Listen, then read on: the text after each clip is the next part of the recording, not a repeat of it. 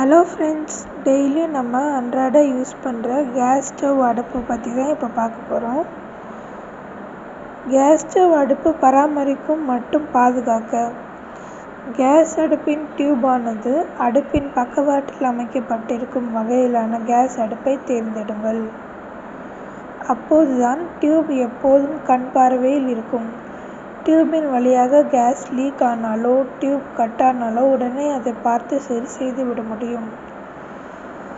ISI முத்திரை கொண்ட தரமான கேஸ் அடுப்பை மட்டுமே எப்போதும் வாங்குங்கள்.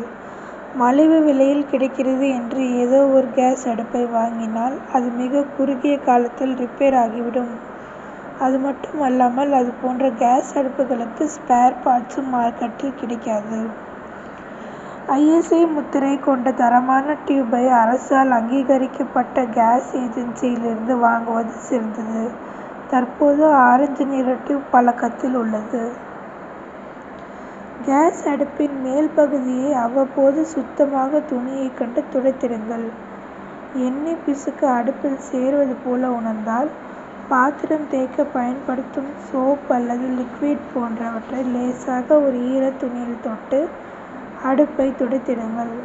பின்னர் ஈர துணியை கொண்டு அடுத்தடுத்து துடைத்து இறுதியாக காய்ந்த துணியால் அடுப்பை துடைத்திடுங்கள்.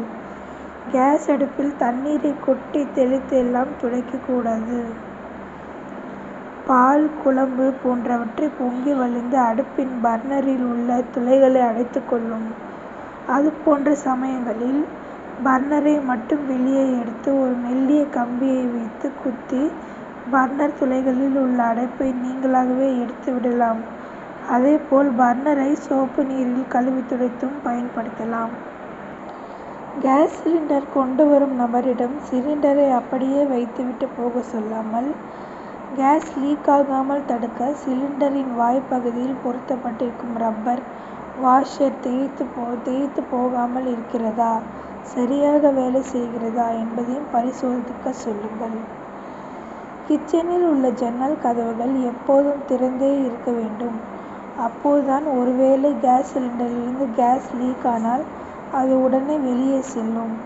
அதேபோல் இரண்டாவது சிலிண்டரை வாங்கி கிச்சனுக்குள்ளேயே வைக்கக்கூடாது.